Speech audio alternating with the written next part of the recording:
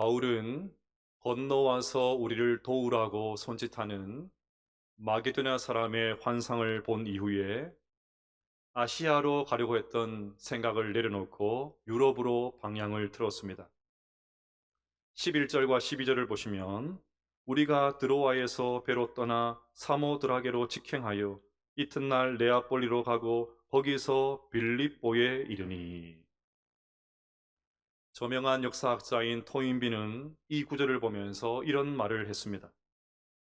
드로아에서 바울을 태우고 빌립보로 건너갔던 배는 유럽의 역사를 바꾸는 배였으며 유럽 문명의 미래를 안고 가던 배였다. 정말 그렇지요. 천년이 넘는 그 찬란한 유럽의 문화와 역사는 기독교와 성경을 떠나서는 설명이 불가능합니다. 예전에 신방했던 한 젊은 가정이 생각납니다. 아내는 모태신앙이었지만 남편은 결혼을 하기 위해서 교회에 나오고 있었습니다. 그런데 무슨 일이 있었는지 이제는 남편이 너무 적극적으로 변했습니다. 하도 궁금해서 이유를 물었더니 남편이 하는 말이 신혼여행으로 가서 본 유럽의 유적지들이 하나님이 아니고는 설명이 안 되었다고 합니다. 뭔가 있는 것이 분명해. 그곳에서 하나님의 숨결을 느끼고는 생각이 바뀌게 된 것입니다. 자, 유럽의 역사를 바꾸는, 유럽 문명의 미래를 아는 바울을 태운 배가 출발했습니다. 저는 오늘 본문을 보면서 사도행전의 그 어떤 본문보다 하나님의 손길이 강하게 느껴집니다. 우리 인간의 표현으로 하면 기적이 계속해서 펼쳐지고 있습니다. 다시 11절과 12절을 보겠습니다. 우리가 드로아에서 배로 떠나 사모드라게로 직행하여 이튿날 네아폴리로 가고 거기서 빌립보에 이르니. 2000년 전의 배는 지금과 같이 좋은 시설을 갖춘 쾌속정이 아니었습니다. 드로아에서 빌립보까지는 최소 5일이 걸리는 백길이었습니다. 바울이 3차 전도 여행 때에 빌립보에서 드로아로, 오늘과는 정반대로 역으로 내려오는 그런 날이 있었는데 그때는 5일이 걸렸습니다. 그런데 놀랍게도 오늘 바울은 이틀 만에 빌립보에 도착합니다. 여러분, 이유가 무엇이겠습니까? 하나님께서 순풍을 만나게 해 주셨던 것입니다. 하나님께서 바울의 배를 뒤에서 힘차게 밀어주셨던 것입니다.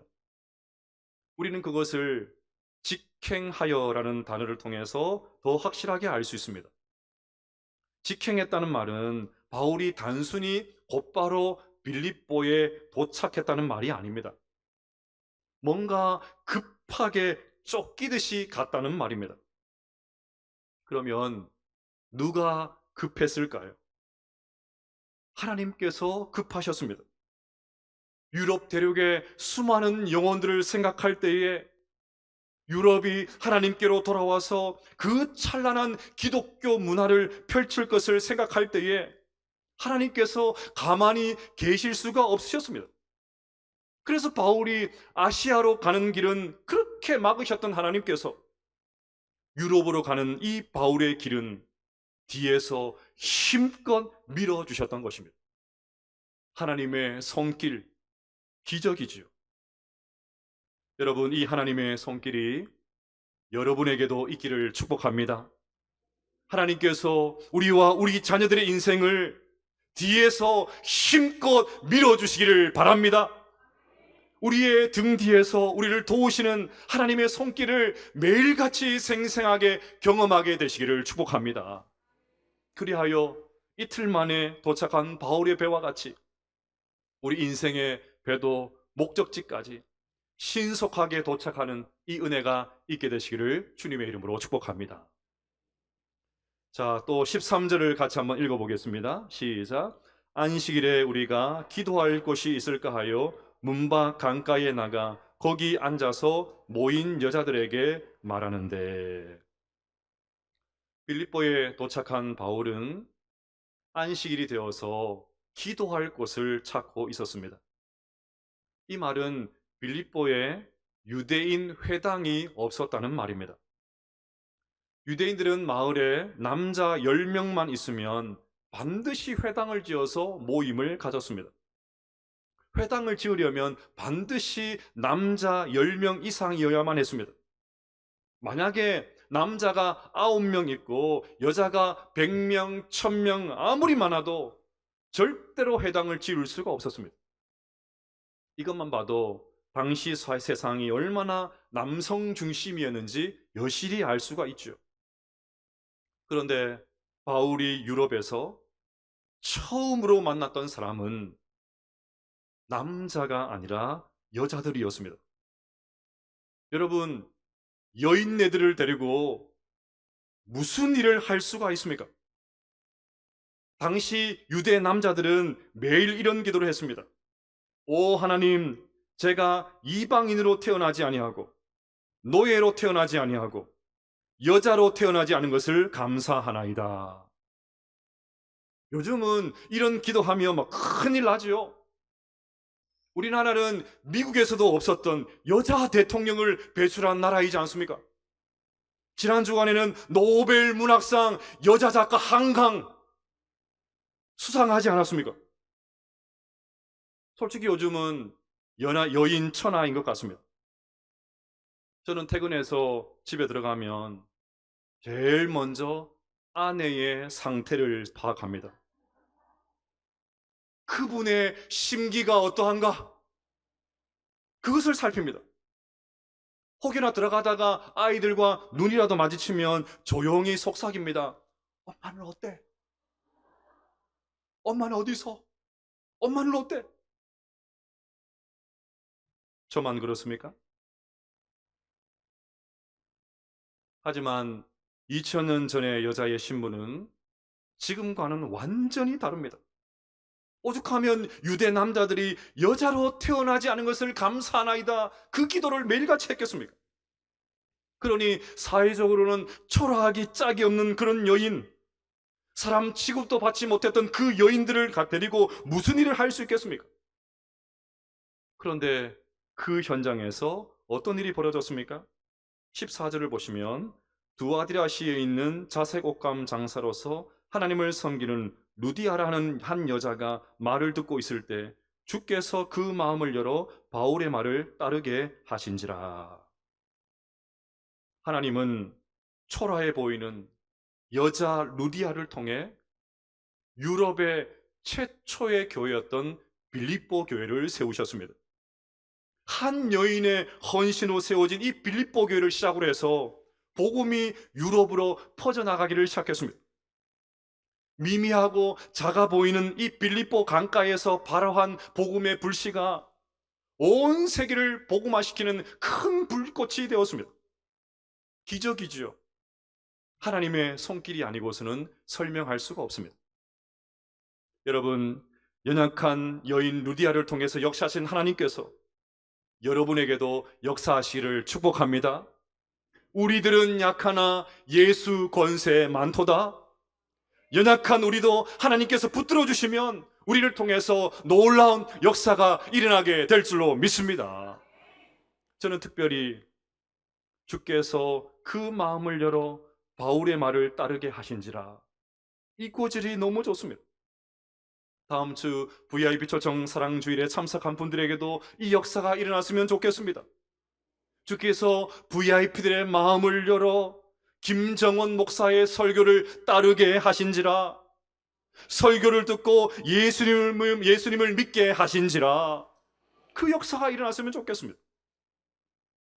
이제 18절 말씀을 또 읽어보겠습니다. 시작. 이같이 여러 날을 하는지라 바울이 심히 괴로워하여 돌이켜 그 귀신에게 이르되 예수 그리스도 이름으로 내가 내게 명하노니 그에게서 나오라 하니 귀신이 즉시 나오니라. 아멘. 빌립보에 머물렀던 바울이 기도하기 위해서 이동하던 중에 점치는 귀신 들린 여종 하나를 만났습니다. 그냥 지나칠 바울이 또 아니지요. 바울은 예수 그리스도의 이름으로 그 귀신을 쫓아내었습니다. 악한 영에 끌려다니면서 사람답게 살 수 없었던 한 영혼이 회복된 것입니다. 물론 이것은 바울이 한 것이 아니고 하나님께서 귀신 들린 여종을 고쳐주셨습니다. 자, 그런데 여기서 또 문제가 발생합니다. 16절을 보면 여종이 꽤 용했던 모양입니다. 그 귀신 들린 여종은 사람들의 문제를 귀신같이 알아맞혀서 주인에게 막대한 돈을 안겨주었습니다. 그러니 여종의 주인의 입장에서는 귀신이 나가는 것이 하나도 반갑지가 않습니다. 아니, 나가서는 안 됩니다. 사람이 회복되었는데, 귀신이 떠나갔는데 기뻐하기는커녕 돈줄이 끊기는 것을 걱정합니다. 돈줄이 끊어지니까 정신줄마저 끊어졌습니다. 그리고 급기야 바울의 목숨줄을 끊으려고 합니다. 보십시오. 돈줄, 정신줄, 목숨줄. 23절과 24절 보겠습니다. 많이 친 후에 옥에 가두고 간수에게 명하여 든든히 지키라 하니 그가 이러한 명령을 받아 그들을 깊은 옥에 가두고 그 발을 착고에 든든히 채웠더니. 바울이 고린도후서에 3번의 태장을 맞았다고 기록을 해놓았는데 그 한 번이 지금 빌립보에서 일어났습니다. 그렇게 숱하게 맞은 바울은 옥에 던져졌고 그것도 모자라서 2발에 착고가 채워지는 그런 신세가 되고 말았습니다. 그런데 어떤 일이 일어났습니까? 26절 말씀을 보시면 이에 갑자기 큰 지진이 나서 옥토가 움직이고 문이 곧 다 열리며 모든 사람의 매인 것이 다 벗어진지라. 갑자기 큰 지진이 감옥을 덮쳤습니다. 그러자 깜빵과 감옥의 문이 다 열리고 바울의 착고가 벗겨지고 감옥 안에 있었던 모든 죄수들의 쇠사슬이 벗겨졌습니다. 여러분, 이것은 우리가 흔히 알고 있는 지진이 아닙니다. 만약에 지진이었다면 벽과 지붕이 무너져서 바울은 감옥에서 중상을 입거나 세상을 떠나고 말았을 것입니다.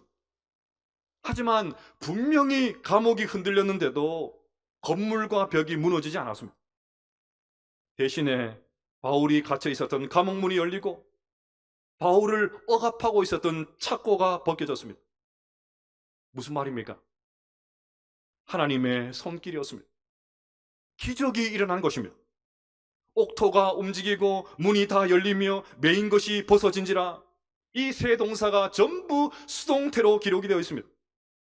하나님께서 감옥을 흔드셨고 하나님께서 감옥문을 다 열어젖으셨고 하나님께서 바울의 착고를 풀어주셨던 것입니다.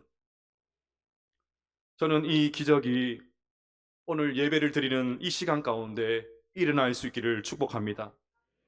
그래서 제가 믿음으로 선포할 때 여러분 큰 소리로 아멘으로 화답해 주시기를 바랍니다.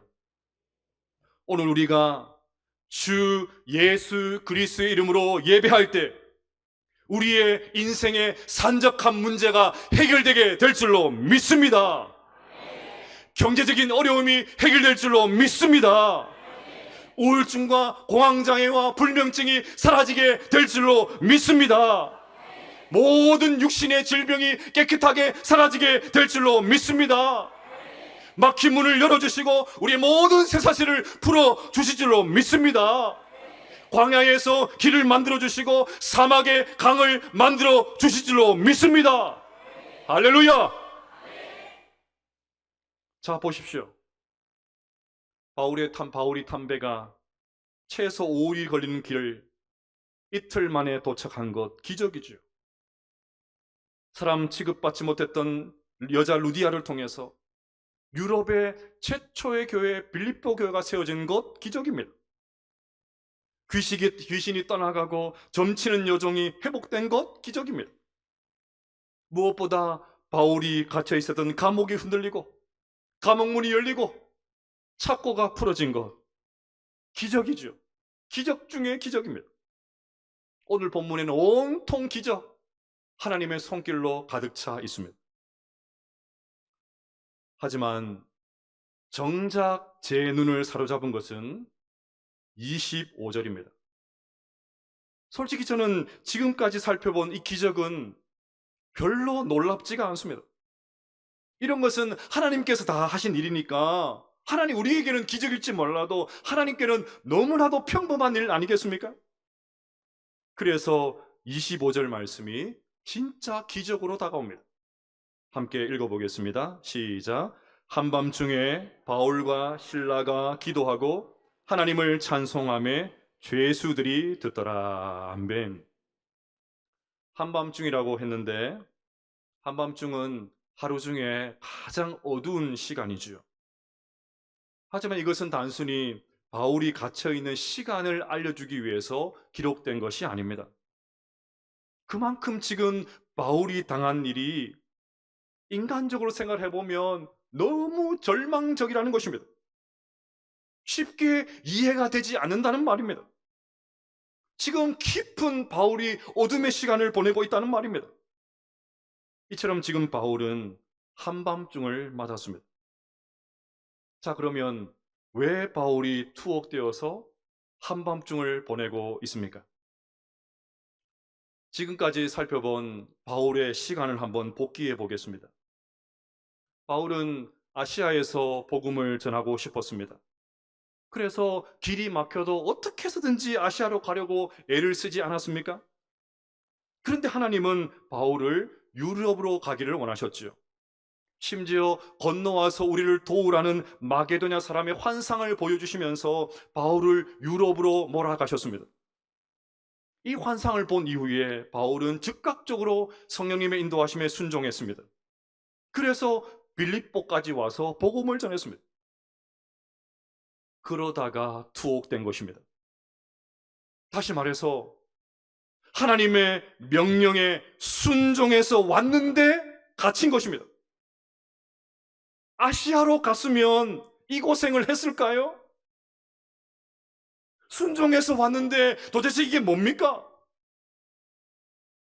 그러니 지금 바울은 아시아로 가지 않고 순전히 하나님의 말씀에 순종해서 유럽으로 와서 이 험한 꼴을 당하고 있습니다.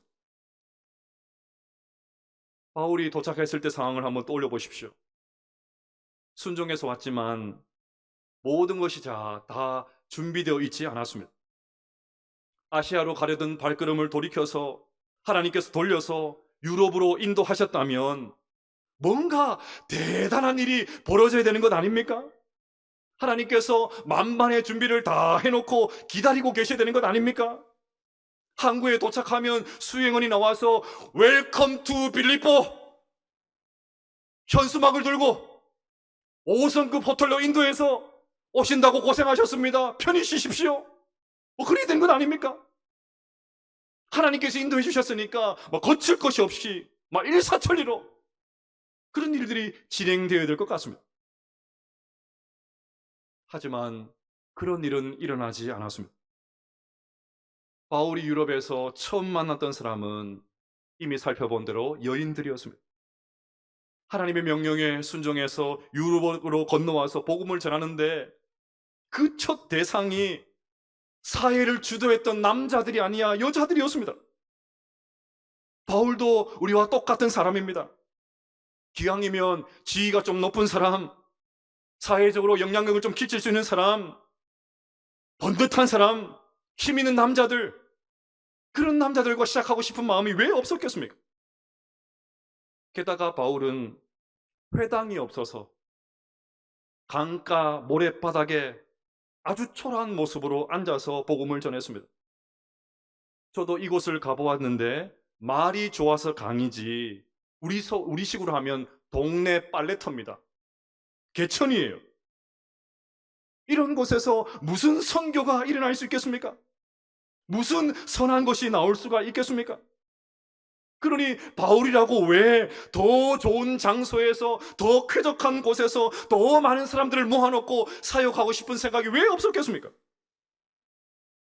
그런데도 바울은 군소리 한마디 하지 않고 어떤 불평도 하지 않고 열심히 복음을 전했습니다. 그런데 그렇게 한 결과가, 그 대가가 숱하게 맞고 감옥에 갇히는 것입니까? 얼마나 기가 막힐 노릇입니까? 어디 이것뿐입니까? 바울은 예수 그리스도 이름으로 귀신에게 사로잡힌 그 불쌍한 여인을 고쳐주었습니다. 사도로서 해야 될 일을 당연하게 한 것뿐이었습니다. 그런데 돌아온 것은 매질과 감옥과 쇠사슬이었습니다. 다시 23절을 보십시오. 많이 친 후에 옥에 가두고 간수에게 명하여 든든히 지키라 하니. 유대인들은 태형을 가할 때 40에서 하나 가만 39대까지만 태형을 가할 수가 있었습니다. 하나님께서 생명을 보호하기 위해서 신명기의 규정으로 기록을 해 놓으셨기 때문입니다. 하지만 이방인들이 이 규정을 알 리가 없지요. 그러니 바울이 많이 맞았다는 말은 그야말로 목숨이 붙어 있을 때까지 막 죽어라 맞았다는 말입니다. 그것도 모자라서 외부와 철저하게 단절된 저 지하 감방으로 들어가서 발에는 착고까지 채워졌습니다. 그 고단한 몸을 벽에 기댈 수도 없고 바닥에 누울 수도 없는 그런 처지가 되고 말았습니다. 얼마나 기가 막히고 억울했겠습니까? 얼마나 힘들고 고통스러웠을까? 그러니 지금 바울에게 있었던 일들 생각을 해보면 한밤중이 맞죠? 바울은 절망과 낙심의 한밤중을 제대로 맞았습니다. 만약에 여러분들이 이 같은 상황이라면 어떤 생각이 드시겠습니까? 어떻게 반응하시겠습니까? 여러분들이 만약 바울이었다면, 이런 일을 당한다면 어떻게 하시겠습니까? 저라면 틀림없이 막 화가 나서 미칠 것 같이 팔짝팔짝 뛰었을 것입니다. 억울해! 막 억울하다고 온갖 난동을 피웠을 것입니다. 아니, 너무 많이 맞아서 그럴 힘도 없어가지고 그냥 철퍼덕 누워가지고 자포자기하고 말았을 것입니다. 그런데 그 한밤중에, 그 절망의 한밤중에 바울이 어떻게 합니까? 한밤중에 바울과 실라가 기도하고 하나님을 찬송하며 죄수들이 듣더라. 놀랍게도 바울은 그 한밤중에 기도하고 찬송했습니다. 바울의 감방에서 기도와 찬송 소리가 새어나오기를 시작합니다. 심한 매질을 당하고 탈진한 상태에서 나오는 가느다란 그런 소리가 아니었습니다. 다른 감방의 그런 제수들도 충분히 들을 수 있는 큰 소리로 기도하고 큰 소리로 찬양했습니다. 그렇다면 이것이야말로 기적 아닙니까? 기적 중에 기적 아닙니까? 저는 감히 이 상황이 상상이 되지를 않습니다. 도대체가 믿어지지가 않습니다. 기도했다는 것은 어느 정도 이해할 수 있지요. 하나님께서 이 기막힌 상황에서 나를 건져주십시오. 기도는 할 수 있는데 바울은 기도만 한 것이 아니고 찬송까지 했다고 합니다. 어떻게 이 상황에서 하나님을 찬양할 수 있습니까? 하나님 말씀에 순종해서 여기까지 와가지고 이렇게 매를 맞고 억울하게 감옥에 갇혔는데 어떻게 입에서 찬양하는 소리가 나올 수가 있습니까? 하도 맞아서 바울이 감옥에 들어갔을 때는 아마 정신을 잃었을 것입니다. 어디 변변한 끼니라도 한번 먹기나 했겠습니까? 그렇게 냉기로 가득한 찬 감옥에서 한참을 기절해 있었겠지요. 그러다가 정신을 차리고 보니까 한밤중이었습니다. 정신이 들었을 때 바울은 누구를 원망하거나 불평하거나 자신의 신세를 억울해하지 않았습니다. 오히려 바울은 기도했고 오히려 바울은 찬송했습니다. 저는 바울이 전혀 억울한 생각이 없었다고 생각하지는 않습니다. 왜 답답하지 않았을까요? 왜 번민이 없었겠습니까? 하지만 바울은 지금 이곳에도 하나님께서 함께 하신다는 것을 믿었습니다. 이 상황에도 하나님의 뜻이 있고 하나님에게 섭리가 있다는 것을 믿었습니다. 모든 것을 합력하여 선을 이루시는 주님을 믿었습니다.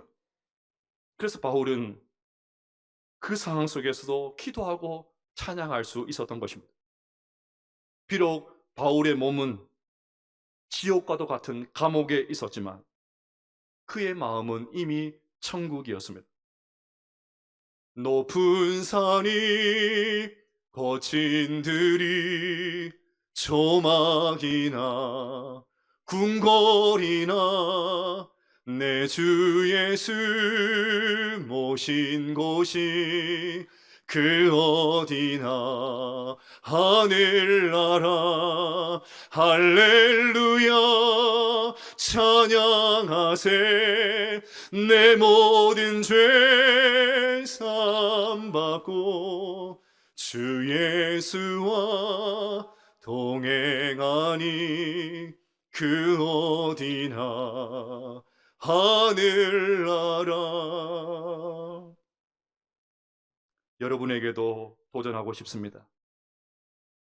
이해할 수 없는 일을 당할 때도, 손해를 볼 때에도, 억울한 일을 당할 때에도, 너무 충격이 커서 제정신이 아닐 그때에도 정신을 차리고 나서 기도하고 찬양할 수 있는 인생 되시기를 주님의 이름으로 축복합니다. 여러분, 어려움을 겪고 계십니까? 최근 상황이 너무 좋지 않으십니까? 마치 지옥과도 같은 고통을 경험하고 계십니까? 한밤중을 보내고 그 자리에 쓰러져 계십니까? 쓰러진 그 자리를 기도의 자리로 바꾸시기를 바랍니다. 탄식의 자리를 찬양의 자리로 바꾸시기를 바랍니다. 기도와 찬양으로 그 최악의 상황을 천국으로 바꾸는 기적의 주인공 될 수 있기를 주님의 이름으로 축복합니다. 여러분, 이것이 처음 교회의 힘이었습니다. 감옥에서 기도하고 찬양하는 바울이 우리에게만 도전을 주는 것이 아니었습니다. 감옥에서 바울을 지키던 간수에게 간수가 엄청난 충격을 받았습니다. 저 사람은 사는 방식이 다르구나. 다른 차원에서 사는 사람이구나. 저렇게 매를 맞았는데도 어떻게 감옥에서 찬양할 수가 있지? 감옥 문이 열렸는데도 왜 도망가지 않고 나를 도와주고 있지? 이 놀라운 광경을 보면서 전율을 느낀 간수가 도대체 그 힘이 어디서 나오는지 질문이 생겼습니다. 그래서 30절에 묻습니다. 선생들이여, 내가 어떻게 하여야 구원을 받으리까? 이 질문에 바울이 대답합니다. 이르되 주 예수를 믿으라. 그리하면 너와 네 집이 구원을 받으리라. 여러분, 이것이 진짜 전도 아니겠습니까? 이게 진짜 전도죠. 억울하면 똑같이 짜증을 부리고, 화가 나면 똑같이 화를 내고, 두려우면 똑같이 벌벌 떨고, 한 대 맞으면 똑같이 때려서는 어떤 구원의 역사도 일어나지는 않습니다. 바울과 같이 너무 억울하고 힘든 상황 속에서도 기도하고 찬양할 때, 화가 나서 막 억지로 이를 빡빡 갈면서 하는 것이 아니라 전심으로 그렇게 할 때 비로소 세상은 우리에게 관심을 가지게 됩니다. 고통 중에도 여전히 하나님을 찬양할 수 있는 하는 그 신비한 모습, 도무지 한 번도 생각하지 못했던 그 신비한 모습을 목격을 하면, 그런 모습을 우리가 장착하면 세상은 우리가 믿는 하나님을 궁금해하기 시작합니다. 경기도 화성에 가면 예수 향남 교회가 있습니다. 그 교회의 올해 표어가 무엇인지 아십니까? 세상으로 질문하게 하라. 세상으로 질문하게 하라. 사랑하는 여러분, 우리의 삶이 세상으로부터 질문하게 하는 그런 삶 될 수 있게 되시기를 바랍니다. 우리 교회가 세상으로부터 질문을 유발시키는 교회 될 수 있기를 바랍니다. 세상이 구원의 비밀을 묻는 교회가 될 수 있기를 바랍니다. 삶의 의미와 목적을 묻는 그런 교회가 될 수 있기를 바랍니다. 어떻게 그것이 가능합니까? 방법은 하나밖에 없습니다. 주 예수를 믿으라. 저는 예수님을 믿기 때문입니다. 저는 예수님을 믿기 때문에 이렇게 삽니다. 저는 예수님을 믿기 때문에 이 고통의 순간에도 기도할 수 있습니다. 저는 예수님을 믿기 때문에 이 억울한 상황 속에서도 여전히 찬양할 수가 있습니다. 저는 이 예수님이 너무 좋습니다. 그러니 당신도 이 예수를 믿으라. 이 고백을 우리의 삶으로 결절하게 할 수 있는 우리 모든 성도님들 다 되시기를 주님의 이름으로 축복합니다.